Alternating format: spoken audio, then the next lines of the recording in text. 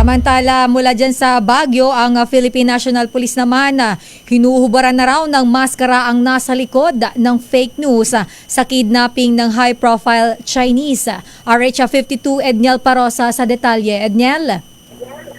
Nagyunsad na Lakay Raymond at Sister L ng investigasyon ng Binoong Joint Anti-Fake News Action Committee o JAFNAC ng Philippine National Police para tukuyin ang mga kasalikod ng di umano'y peking balita ng pagdukot sa ilang negosyanteng Chinese.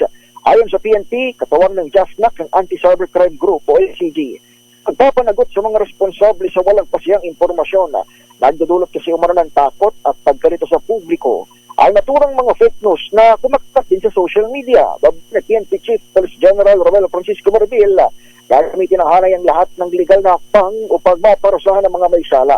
Hindi naman tinukoy ng Public Information Office ng PNP kung ano-anong issue ng kidnapping ang tinuturing nilang peking balita. Kamakailan lamang narasto ng pulisya ang 3 suspect sa pagpatay sa isang Filipino-Chinese steel magnet.